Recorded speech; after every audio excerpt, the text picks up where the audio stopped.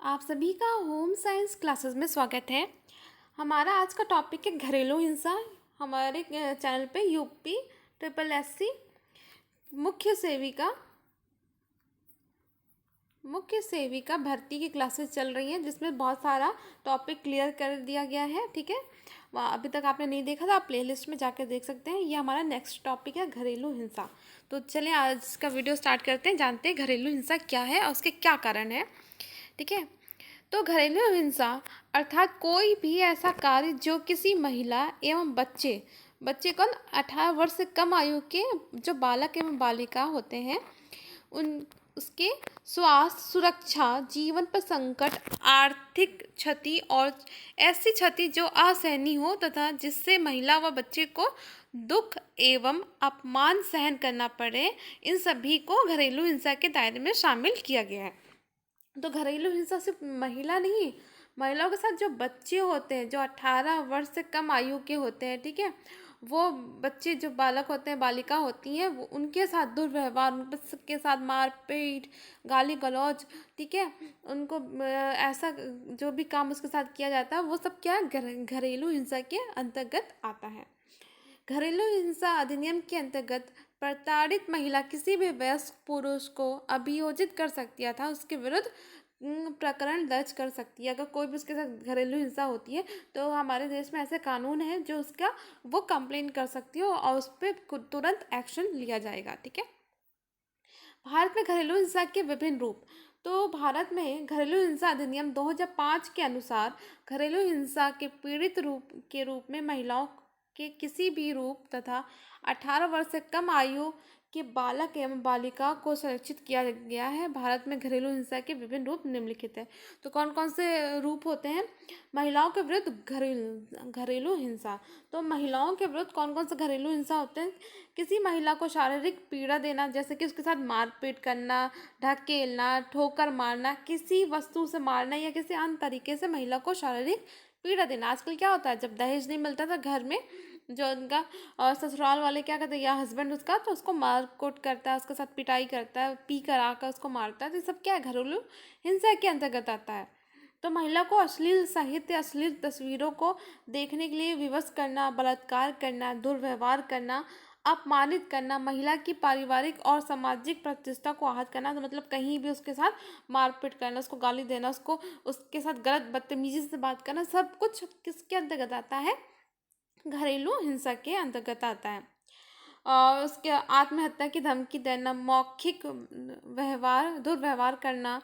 United nation population and report के population fund report के अनुसार लगभग 2/3 विवाहित भारतीय महिलाएं घरेलू हिंसा की शिकार है और भारत में 15 से 49 आयु वर्ग की 70% विवाहित महिलाएं पिटाई, बलात्कार या जबरन यौन शोषण का शिकार है।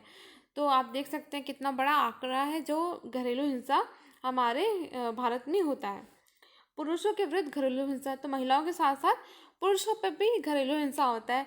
इस तथ्य पर कोई प्रश्नचित नहीं है कि महिलाओं के खिलाफ घरेलू हिंसा एक गंभीर और बड़ी समस्या है, लेकिन भारत में पुरुषों के खिलाफ घरेलू हिंसा भी धीरे धीरे बढ़ रही है। तो महिलाओं का तो एक प्रॉब्लम था कि हाँ घरेलू हिंसा उनके साथ होता है। आजकल जो पुरुष हैं उनके साथ भी घरेलू हिंसा की जो आप केस देखेंगे वो बढ़ती जा रही है। न्यूज़ देखेंगे तो आप देखें कि आजकल मर्दों के साथ भी घरेलू हिंसा हो रही है। समाज में पुरुषों का वर्चस्व यह विश्वास दिलाता है कि वे घरेलू हिंसा के प्रति संवेदनशील नहीं हैं। हाल ही में चंडीगढ़ और शिमला में सैकड़ों ऐसे पुरुष हैं इकट्ठा हुए जिन्होंने अपनी पत्नियों और परिवार के अन्य सदस्यों द्वारा उनके खिलाफ की जाने वाली घरेलू हिंसा से बचाव और सुरक्षा की गुहार लगाई थी। ठीक है, तो बहुत सारे ऐसे पुरुष हैं जिनके साथ घरेलू हिंसा होती है, तो ये पत्नियां करती हैं या फिर सदस्य जो परिवार के वो करते हैं। ठीक है, बच्चों के विरुद्ध घरेलू हिंसा, तो कौन कौन से घरेलू हिंसा होते हैं बच्चों के? तो हमारे समाज में बच्चों और किशोरों को भी घरेलू हिंसा का सामना करना पड़ता है। वास्तव में हिंसा का यह रूप महिलाओं के खिलाफ हिंसा के बाद रिपोर्ट किए गए मामलों की संख्या में दूसरा। तो पहला महिला घरेलू हिंसा, फिर दूसरा जो बच्चों के विरुद्ध घरेलू हिंसा, तो दूसरे नंबर पे आता है। ठीक है, शहरी और ग्रामीण क्षेत्रों तथा भारत में उच्च वर्ग और निम्न वर्ग के परिवारों में इसके स्वरूप में बहुत भिन्नता है। शहरी क्षेत्रों में यह अधिक निजी है और चारों ओर की दीवारों के भीतर छुपा होता है। तो मतलब जो उच्च वर्ग के हैं वो घर के अंदर ही करते हैं, घर के बाहर नहीं करते। और जो गरीब वर्ग है वो घर के अंदर और घर के बाहर कहीं भी वो उनके बच्चों के साथ हिंसा करते हैं। अब बात करें बुजुर्गों के विरुद्ध घरेलू हिंसा। घरेलू हिंसा के इस स्वरूप से तात्पर्य उस हिंसा से है जो घर के बूढ़ों लोगों के साथ अपने बच्चों और परिवार के अन्य सदस्यों द्वारा की जाती है। घरेलू हिंसा की श्रेणी भारत में अत्यधिक संवेदनशील होती जा रही है। इसमें बुजुर्गों के साथ मारपीट करना, उनसे अत्यधिक घरेलू काम कराना, भोजन आदि ना देना तथा उन्हें सोशल शेष पारिवारिक सदस्यों से अलग रखना शामिल है। तो बुजुर्गों के साथ कैसा होता है कि उनको घर में पहले तो जो होते हैं काम करवाते हैं, उनको खाना नहीं देते, ऐसे मार पिटाई करते हैं, घर से बाहर निकाल देते हैं। ये सभी आजकल बहुत ही देखने को मिलता है। पर आप हमारा नेक्स्ट घरेलू हिंसा के कारण क्या है, तो कारण जानेंगे हम। प्राप्त दहेज से मतलब संतुष्ट नहीं होते तो उनके साथ क्या होता है, मार पिटाई करते हैं, उसके साथ यौन संबंध बनाने से इनकार करना, बच्चों की उपेक्षा करना, साथी की बताए बिना घर से बाहर जाना, स्वादिष्ट खाना ना बनाना शामिल है। तो मतलब दहेज नहीं मिल रहा तो ये कारण है, यौन संबंध नहीं बन पा रहा तो उसके कारण अगर वो मना करती है तो उससे घरेलू हिंसा की जाती है, मारपीट की जाती है। बच्चा अगर नहीं होता तो उसके लिए भी गाली गलौज बहुत कुछ सुनने को मिलता है, यहाँ तक कि उसको घर से भी बाहर निकाल देते हैं। अगर खाना नहीं बनाता, अगर खाने में कुछ कमी होती है, कुछ ज़्यादा हो जाता है तो उसको साथ मारपीट या उसको खाना उसके ऊपर फेंक देना, ये सारे आप देखते ही होंगे अपने आसपास। विवाहेतर संबंधों में लिप्त होना, ससुराल वालों की देखभाल न करना, कुछ मामलों में महिलाओं में बाँझपन भी परिवार के सदस्यों द्वारा उन पर हमले का कारण बनती है। तो ये सारे आप देखिए कारण कारण है। पुरुषों के प्रति घरेलू हिंसा के कारणों में पत्नियों के निर्देशों का पालन न करना, पुरुषों की अपर्याप्त कमाई, विवाहेतर संबंध, घरेलू गतिविधियों में पत्नी की मदद नहीं करना, बच्चों की उचित देखभाल न करना, पति पत्नी के परिवार को गाली देना, पुरुषों का बाँझपन आदि कारण, ये सभी कारण देखने को मिलता है।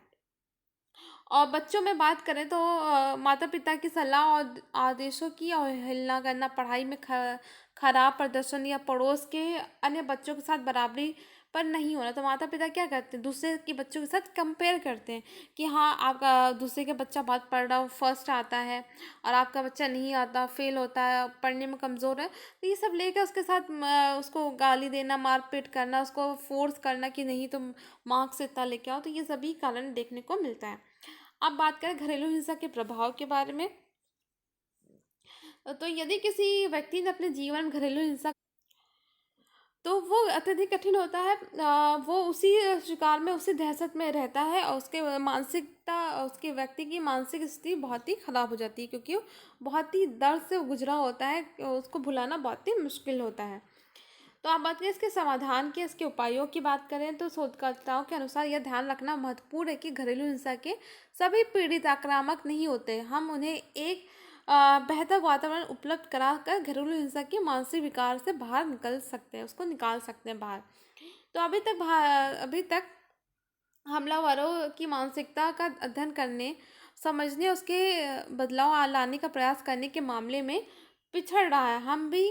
हम अभी तक विशेषज्ञों द्वारा प्रचारित इस दृष्टिकोण की मोटे तौर पर अनदेखी कर रहे हैं कि महिलाओं और बच्चों के साथ होने वाली हिंसा और भेदभाव को सही मायनों में समाप्त करने के लिए हमें पुरुषों को न केवल समस्या का एक कारण बल्कि उन्हें एक मसले के समाधान के अविभाज्य अंग के तौर पर देखना होगा। तो देखिए क्या होता है, जो घरेलू हिंसा हो रहा है तो वो ये नहीं है कि वो हिंसक है तो उनकी मानसिक संतुलन इतनी अच्छी नहीं होती या किसी वो अनपढ़ होते हैं, तो ये सभी रीज़न होता है। अशिक्षा भी एक रीज़न है, क्योंकि वो समझ नहीं पाता, तो उसको एक अच्छा माहौल देना, उसको अच्छा वातावरण देकर उसको सही रास्ते पे ला सकते हैं।